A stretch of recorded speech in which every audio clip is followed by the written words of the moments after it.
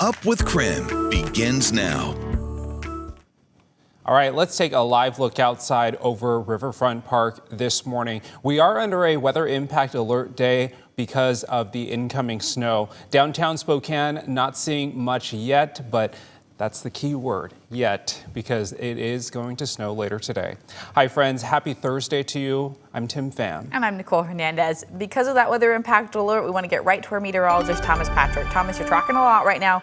What do you have for us? Yeah, I don't mess around when it comes to freezing rain or freezing drizzle, because that's the kind of precipitation that can make things very icy very fast. And it usually doesn't even look the part. Like snow, we can see on the roads, but ice is much more of a hidden danger. So that's why I want everybody to be extra cautious on the roads. Winter weather advisories issued basically for that region. I would extra caution the Highway 2 corridor. So from Spokane through Airway Heights, Reardon, Davenport, Wilbur, even include Harrington in that region. I think that could be most susceptible this morning to freezing rain. Right now, Doppler radar is only seeing snowfall, which again can still make things a little bit slippery, a little bit icy, because it is going to stick pretty quickly. I'm noticing a couple pockets. One is kind of near Rathdrum. There's a little darker blue shade just near Coeur d'Alene. And then there's this Davenport to Harrington wave. Those two spots appear to be where the heaviest precipitation is currently falling. Otherwise, it's very much scattered elsewhere, but it is very much snow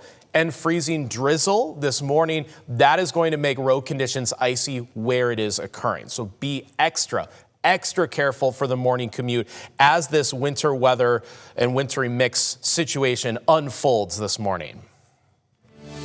Thank you, Thomas. Taking a live look at traffic now at I-90 and Havana, where you can see we're not quite getting that snow or rain yet, and it's not affecting any of our roads at this point. We're looking right in kind of the core of Spokane here, where things are moving smoothly, and it looks like this basically across our entire region right now. We'll let you know if that changes here on Up with KREM. Well, just 2 months after the courts released the South Hill rapist, Kevin Coeur, he died. He was 78. He died from natural causes at an adult home in Federal Way. His death coming just months after his release from McNeil Island in October. He was let go after the state said his age and declining health meant he was no longer a threat. It's believed he carried out more than 40 sexual assaults in the late 70s and early 80s. The Spokane County prosecutor Preston McCollum called his passing, quote, unimpressive as his life, end quote, adding, as he now faces his ultimate judge, I am hopeful we can take steps to reform the broken system that let him see freedom in the first place. The Moses Lake School District is taking legal action to try and stop the teachers' strike. They say the Superior Court will hear this case. Meanwhile, classes are canceled for a fourth straight day now. The Education Association and the school district are not agreeing on a new contract. On Tuesday, the Education Association gave the district a proposal. The district says they also sent a proposal to the association. There are a few things the two still disagree on, like prep time and funding for educational programs. Right now, there's an urgent search in Coeur d'Alene to find 3 people who allegedly stole jewelry from Cisco's gallery.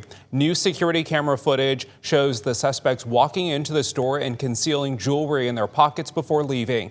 The first suspect is a man in his late 50s to early 60s with gray hair and a heavy build. The second is a man in his mid to late 20s with a shaved face and black hair. The third is a woman in her late 50s with black hair. Anyone with information should call the Coeur d'Alene Police Department at the number there at the bottom of your screen. New this morning, the Mine Safety Training Program at North Idaho College got a $177,000 grant. This is the 10th year in a row now that the Mine Safety and Health Administration has given NIC this grant. NIC launched their mine safety program back in 2015.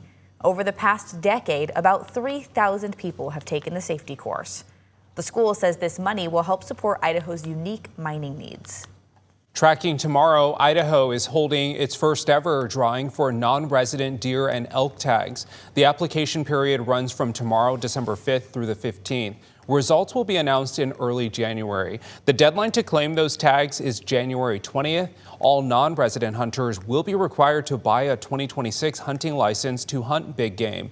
There will be a separate drawing for 500 deer and 300 elk tags for disabled American veterans.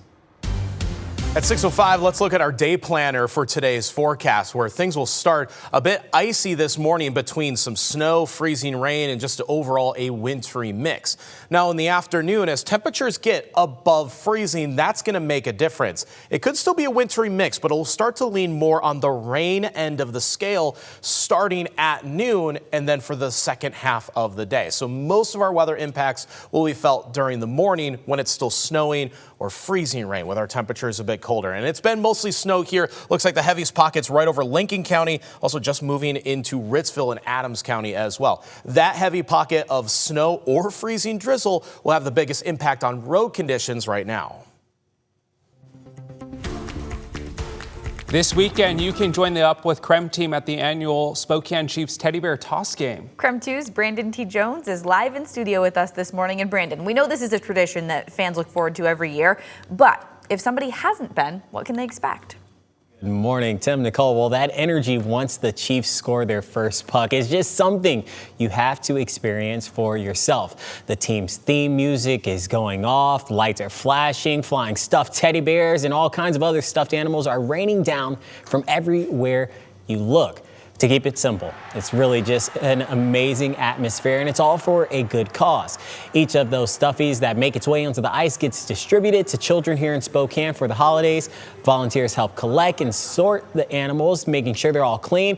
They go to the Spokesman Review Christmas Bureau, again, making sure they're clean and getting them out to families in need. So if you're interested in attending this game, it's going to be Saturday, December 6th against the Tri-Cities Americans. Puck drop is at 6 p.m.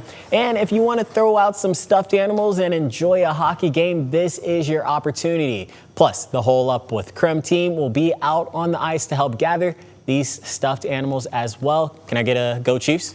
Oh, go Chiefs, Nice. go! Does anyone know the goal song? Because it just got me so happy.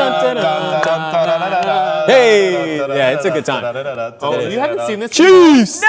Oh, you're in for a treat. Right now. And when they score, it's a blast. They're so jolly, and then you're just like, No, there's nothing like If it. I'm being totally honest, I have only been to one Chiefs game in the 6 years I've been here. And Yeah. it was because my best friend was visiting and she loves hockey. And Okay. it happened to be the Teddy Bear Toss No game. way. I had no idea it was happening. And all of a sudden, teddy bears were on the Yeah, ice. I that's was great. like, you chose a good game to go. I know. It was great. Oh, this is going to be such a blast. We're so excited. So, yeah, let's help support kids in our community. Bring all those stuffies. Bring a whole bag even. Don't just bring one. It's fun to throw them out. So.